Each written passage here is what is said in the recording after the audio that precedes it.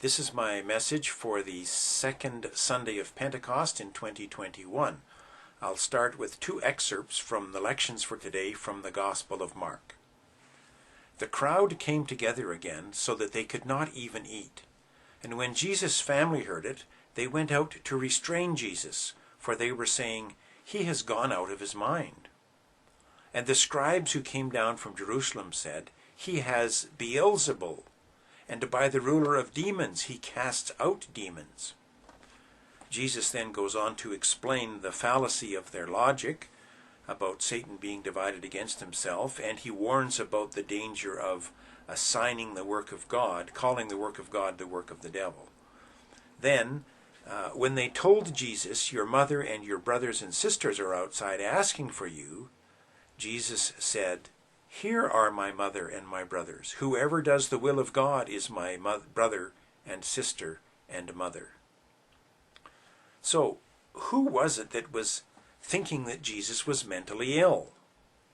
The New Revised Standard Translation just says people were saying he's gone out of his mind, but the normal way of reading this is that it was his own family and relatives who were the ones saying that he's lost his senses, and they came to get a hold of him and take him into their custody. And then, who was it that accused Jesus of having an evil spirit? Well, it was the representatives and the teachers of the religious establishment. Let me try to bring this a little closer to home. There are no shortage of preachers and teachers on the TV and on the internet. So, how interested would you be and how willing would you be to follow the teachings of a preacher if their own family told you that they were mentally unstable, and if the leaders of your church told you that they were in league with the devil? How confident would you be to follow a person with that kind of reputation? Well, if you are a follower of Jesus, you might as well know the one you are following has had exactly that reputation and those kinds of things said about them. The Gospel of Mark is like a great detective or a mystery story, and the great mystery is, who is this guy Jesus anyway? And these two possibilities are some of the options. One, he's mentally ill, and two, he's demon-possessed. Part of what I hope to stimulate in this message is a little bit of sympathy for Jesus' family and for the religious leaders by thinking about the reason for their conclusion that Jesus was a bit mentally unbalanced. Let's just review what's been happening up to this point. When Jesus' cousin John the Baptist was arrested, Jesus himself started preaching and gathering followers. And right away, Jesus did a number of remarkable healings and notable exorcisms. And consequently, he got very popular very quickly. So popular that crowd control was becoming a big problem. At one point, Jesus even instructed his followers to have a boat ready in case they needed to escape from being crushed or trampled by the crowds. Now, Jesus had managed to escape with a few into the mountains where he had appointed 12 to be his apostles. But they had no sooner returned to Jesus' house in Capernaum than once again the multitudes of people were swarming to see him and pushing one another, trying to get close enough to touch him. There was not even enough space or occasion for them to get something to eat. I guess when people are desperate for healing and for deliverance from spiritual oppression, things can get pretty chaotic. And this was the scene when his family heard about it. They went to take charge of him. And the scribes from Jerusalem accused him of using demonic power. Without specifying exactly which of his family, Mark tells us that his relatives, perhaps some concerned neighbors and family friends, came to rescue him from the chaos and to help him come to his senses. It seems they were going to attempt what we now refer to as an intervention. Because if you love someone whose life is out of control, you naturally want to help them. Now, most people don't embark on such a public intervention unless they are feeling quite desperate to help their loved ones. And so I find quite a bit of sympathy for Jesus' family and for their assessment that he was out of his mind. Remember now that we are looking back, and now we have much more evidence than they did that Jesus really did know what he was doing, and that he really is not only the Messiah, but also God in the flesh. So let's consider a number of reasons that Jesus' family had to be legitimately concerned about Jesus' level of fanaticism, his radicalization, his state of mind, and his mental health. Well, simply gathering a group of followers was not that unusual. It was not uncommon, both in the Oriental culture and the Hellenistic Greco-Roman society, for philosophers or teachers or rabbis or gurus to attract a group of disciples. It's natural for charismatic leaders to draw followers after them and after their ideas. Mind you, in our present culture, we are getting a bit more sensitive to the dangers of what we think of as a cult following. But in Jesus' generation, simply gathering a small group of disciples to study and travel together was not that unusual. Although I suppose there may have been a few raised eyebrows that it was the carpenter's son from Nazareth, a little backwater town in Galilee, who had the audacity to present himself as a rabbi worthy of leading a band of disciples. Nevertheless, Yeshua, the carpenter's son, presumed to become an itinerant rabbi, one worthy of calling followers to leave their professions and businesses to follow him. I wonder if you can imagine the wise of the apostles saying to them, "So you've decided to leave our family business in the fishing industry and follow who? From where?" But I think Jesus' family and the religious leaders would have tolerated his ministry if it had stopped there. But that wasn't all, was it? I think one big problem was Jesus' claim to have the authority to forgive sins on behalf of God. The gospel said the scholars of religion were saying, he shouldn't talk that way. That's blasphemy. God and only God can forgive sins. You can certainly understand why people thought Jesus was exhibiting symptoms of megalomania, which is a psychological condition characterized by delusional fantasies of wealth, power, or omnipotence, a form of insane delusion, the subjects of which imagine themselves to be very great, exalted, or powerful personages with delusions of grandeur.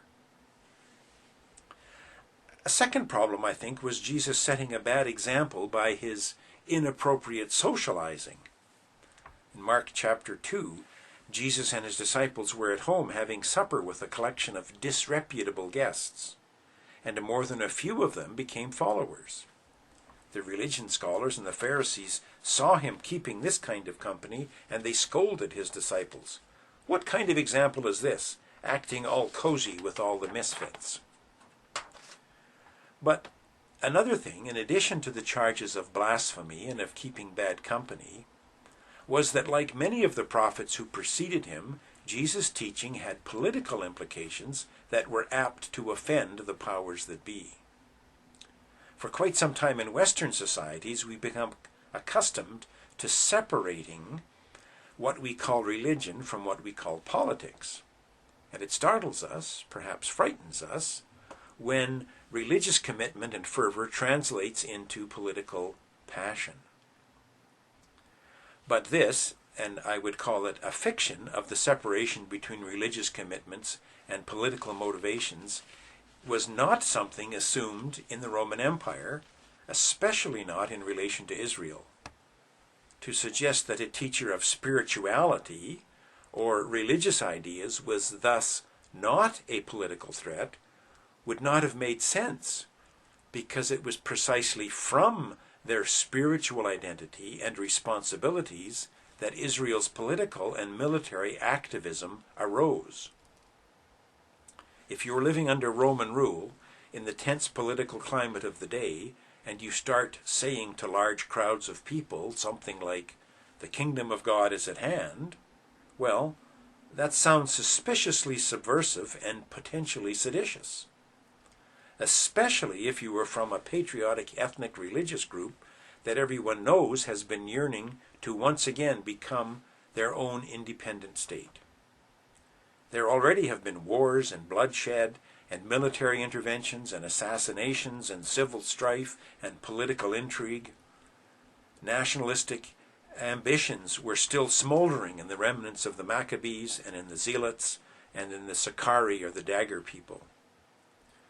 Those of us who have spent most of our lives in Canada don't really understand the jeopardy of living in a police state. I understand that some of the protesters who invaded the U.S. Capitol are now standing trial. My guess is that if they had tried that stunt under the Roman occupation, they probably would have all been crucified by now, along with a few of their family, friends, and sympathizers. But for those of us accustomed to the benefits of liberal democracies, I suppose some of us might not mind if our children get involved in political groups. But we would probably feel much more cautious if we knew that what they were doing might result in their imprisonment, their torture, and their execution.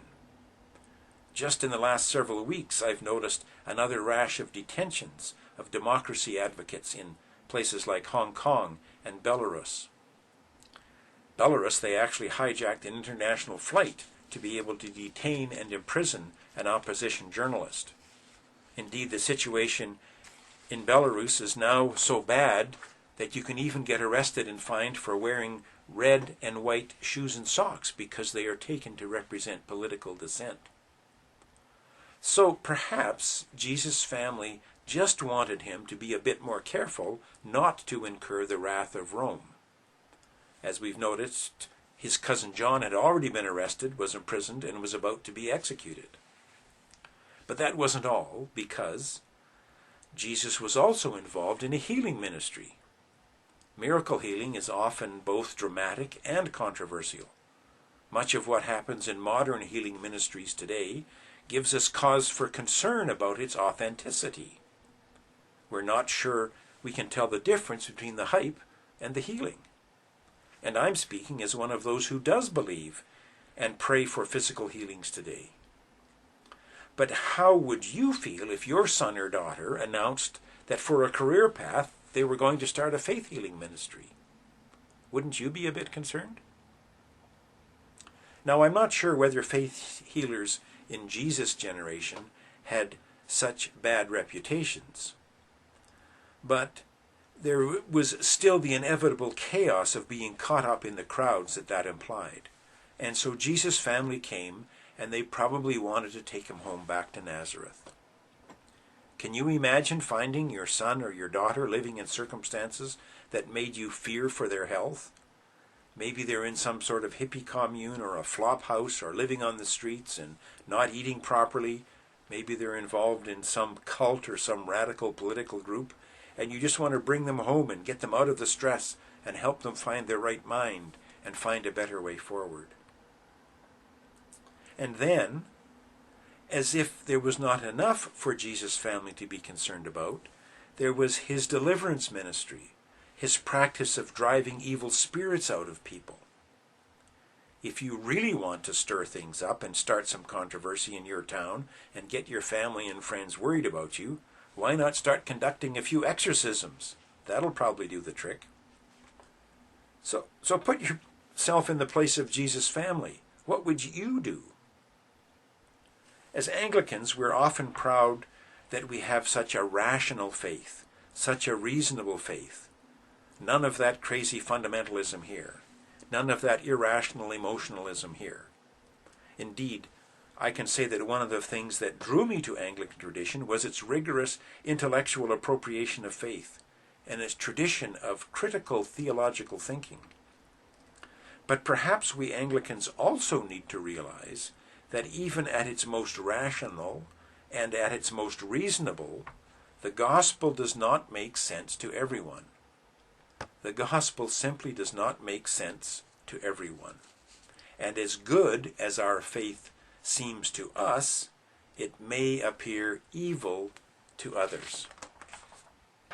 Christopher Hitchens, for example, wrote In a 2007 New York Times bestseller, God is Not Great, he talks about how religion poisons everything. So the idea that Jesus is from the devil and needs to be eliminated is not just an idea of the religious and political establishment of his day. It is an idea that has been recurring in many political and religious establishments ever since. In the church in Eston, we had a poster that said, "Jesus is Lord." And then it said, "This poster is illegal in 51 countries because the persecution of Jesus' followers all around the world still continues."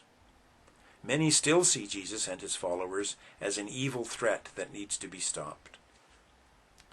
But put yourself in the place of Jesus' family and of the religious leaders of that day.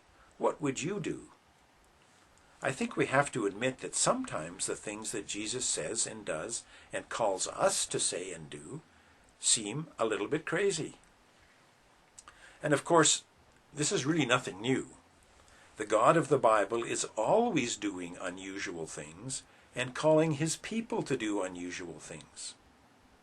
It seems that the maintenance of the status quo never seemed to be God's thing.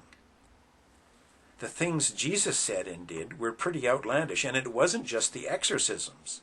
Even his teachings were pretty strange. He said things like, "Love your enemies and rejoice when you're persecuted." So it's understandable that Jesus' family and friends went out to restrain him. Maybe you've experienced something like that in your life when God seems to be much at work, but then the people that you'd like to be supportive of your new spiritual discoveries think you're crazy instead. Bishop Rob and I have had similar experiences along this line, because when we became followers of Jesus, our families thought we'd gone off the deep end.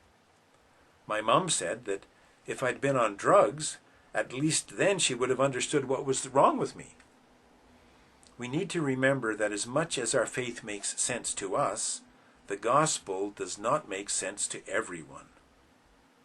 And in the end of today's reading, we see Jesus sets a new paradigm for what it means to be family. Many followers of Jesus face being ostracized and thought of as crazy by their family and friends. But for those who are disowned by their natural families, when they become followers of Jesus, there is a new family to belong to.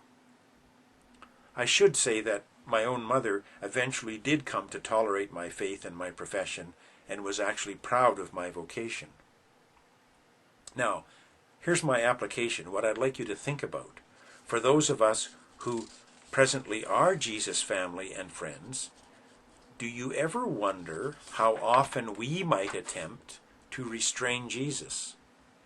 Because what he is saying to us and doing in our lives seems a little bit crazy. When Sue and I returned to Canada after serving as short-term missionaries in Japan, we were confident that we had experienced a God-given opportunity, a blessing that facilitated a much-needed transition in our lives. But when the opportunity first arose, we could have said, "Oh, that's just too unusual. We never planned for anything like this. That can't be God at work. It's just too crazy." Now, of course, just because something is unusual or crazy does not guarantee that it is God at work. But likewise, just because something is unusual does not mean that it is not the work of God, calling us to see something more wonderful than we could have imagined. So I just want to encourage us. Many people are still going to find the things that Jesus says and does a little bit crazy. But have patience with them. I think the more we get to know Jesus and experience his company and not be afraid, the more the greatest adventure in this world and the next will open to us. God bless you.